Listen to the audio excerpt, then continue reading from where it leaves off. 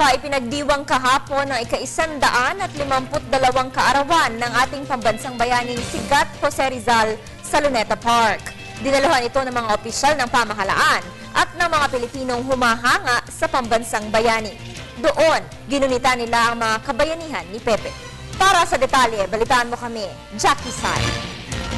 Kasabay ng pagdiriwang ng ika-152 kaarawan ni Dr. Jose Rizal, isang pagtitipon ang idinaos sa Luneta Park.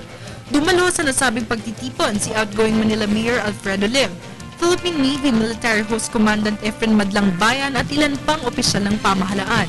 Hindi rin nagpahuli ang mga kamag-anak ni Jose Rizal at iba't ibang grupo tulad ng mga kababaihang Rizalista, Maria Clara of Rizal, Philippine Association of Teachers on History of Rizal, Kabataang Pangarap ni Rizal, Jose Rizal Model Student of the Philippines Alumni, at Universal Templo ng Mahal na Inang Birhen Maharlika Sagrada Familia Incorporated.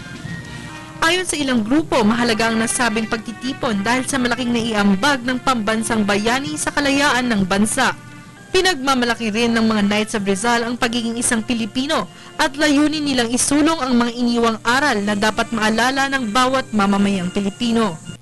Ilang libong taon na ang lumipas, patuloy pa rin ang pag-alaala ng mga Pilipino sa kabutihang ipinakita ng pambansang bayaning Sigat Jose Rizal. Para sa Telebisyon ng Bayan, Jackie Sai.